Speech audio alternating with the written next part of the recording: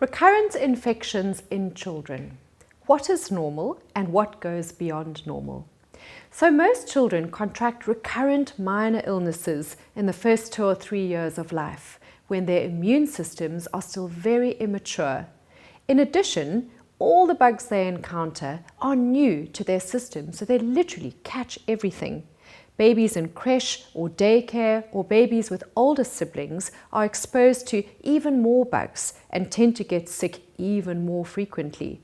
Don't be surprised if your child has 5, 6 or up to 10 minor infections such as common colds in the first 2 or 3 years of life. In addition, every cold may last up to 3 weeks, so it can feel as if your child is always sick. However, it is no longer considered normal if infections are too great in number or have unusual or severe complications. And examples of such cases are the following.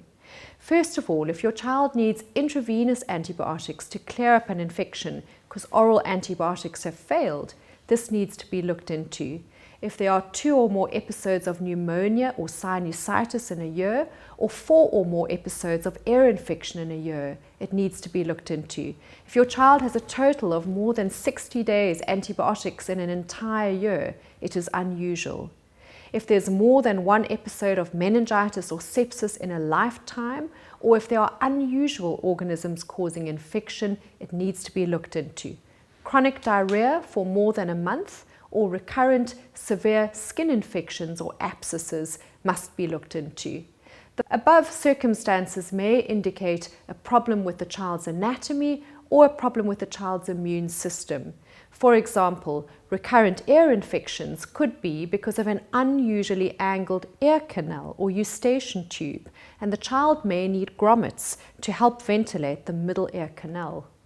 Recurrent bronchitis may actually be due to underlying asthma, which can be treated. Recurrent pneumonias may be due to a real problem with their immune system, which needs to be investigated and managed in expert hands. Remember again, recurrent minor infections such as common colds are common and normal in children, especially in the childcare environment. But if infections are serious, unusual, greater in frequency than expected, or don't resolve with standard treatment, rather have them looked into further.